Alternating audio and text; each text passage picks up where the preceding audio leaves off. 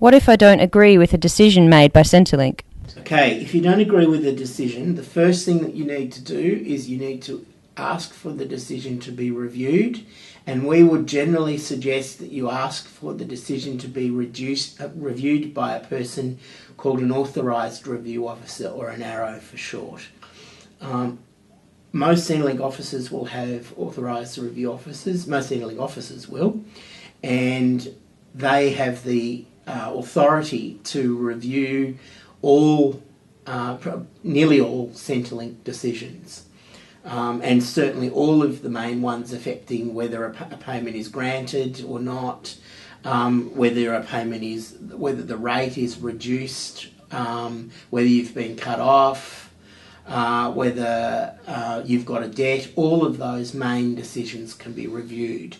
Now, you have to get the decision reviewed by an authorised review officer first. That's the very first step. If you disagree with an authorised review officer, then you can go to an independent tribunal called the Social Security Appeals Tribunal. And the Social Security Appeals Tribunal is completely independent of Centrelink, and that's the first stage. And then if you still don't like the decision of the Social Security Appeals Tribunal, you can then appeal to the Administrative Appeals Tribunal. What's different about that, though, is that Centrelink also has the right to appeal. If you've won at the Social Security Appeals Tribunal and Centrelink doesn't like that decision, they too can appeal to the Administrative Appeals Tribunal. There are some timelines attached to those things that it's really important to keep in mind. The first one is that you have 3 months to appeal to an authorised review officer from the date when you receive a written decision.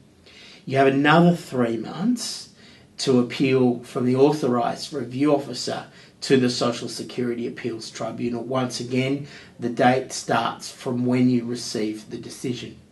If you want to appeal to the Administrative Appeals Tribunal, you only have 28 days from the date that you received the decision from the Social Security Appeals Tribunal.